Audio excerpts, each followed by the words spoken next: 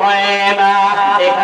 এখান থেকে আমি বলতে যাচ্ছি, বাপ আমার, মা আমার, আপনার ভিতরে যদি হারাম 5 টাকাও ঢুকে থাকে, হারাম রক্ত দিয়ে, হারাম টাকা দিয়ে যদি আপনার রক্ত তৈরি হয়ে থাকে, আপনার মাংস তৈরি হয়ে থাকে, আপনার দোয়া কবুল হবে না, হবে না, হবে না।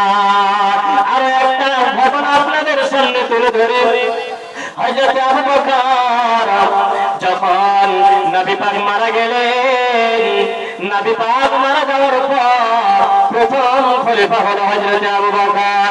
হযরত আবু বকর একজন দাস ছিল, কর্মচারী ছিল, একজন লিডার কর্মচারী ছিল, তার নাম বোধহয় আব্দুর রহমান এরকমই হবে।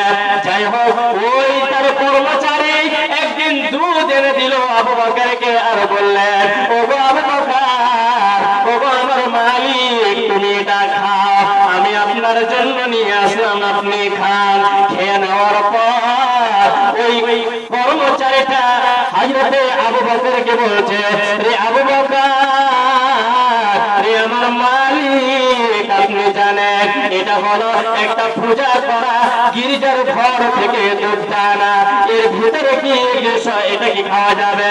হযরতে আবু বকর বললেন, না না না, এটা খাওয়া যাবে না, এটা হলো হারাম।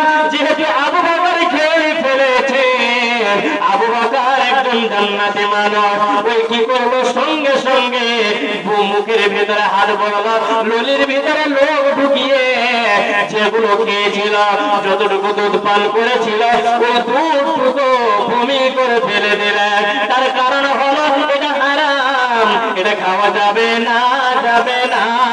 আর আমরা এমন মুসলমান যে আমরা হারাম খেয়ে নেওয়ার পর বলি, আরে যাকা আমি খেলাম তো কি হলো, আমি আমার ঈমান তো ঠিক আছে। সম্মানিত বাপ আমার, মা আমার, বলতে চাচ্ছি, হযরত আবু বকর একজন হলেন জান্নাতি মানুষ, যার আগের পেছনের গুনাহ সবকিছু মাফ, এই পৃথিবীর বুকে টিকিট পেয়ে নিয়েছেন যে জান্নাতে আশরায়ে মুবাশশারার ভিতরে পড়ে। আর এই জান্নাতি মানুষ যদি একটু দূর চলে গিয়ে থাকে, সেটাকে যদি উল্টি করে ফেলে দেয়, আপনার আমার উচিত হবে 500 টাকা খেয়েছেন, মদ্যপান করেছেন, সুদ খেয়েছেন, ঘুষ দিয়েছেন, আপনার উচিত হবে আপনার নলির ভিতরে হাত ভরে যা খেয়েছেন সব কিছু উগলে দিতে হবে, পেটে রাখলে হবে না। যারা হারাম পান করবে, যারা হারাম খাবে, তাদের ইবাদত কবুল হবে না, হবে না, হবে না।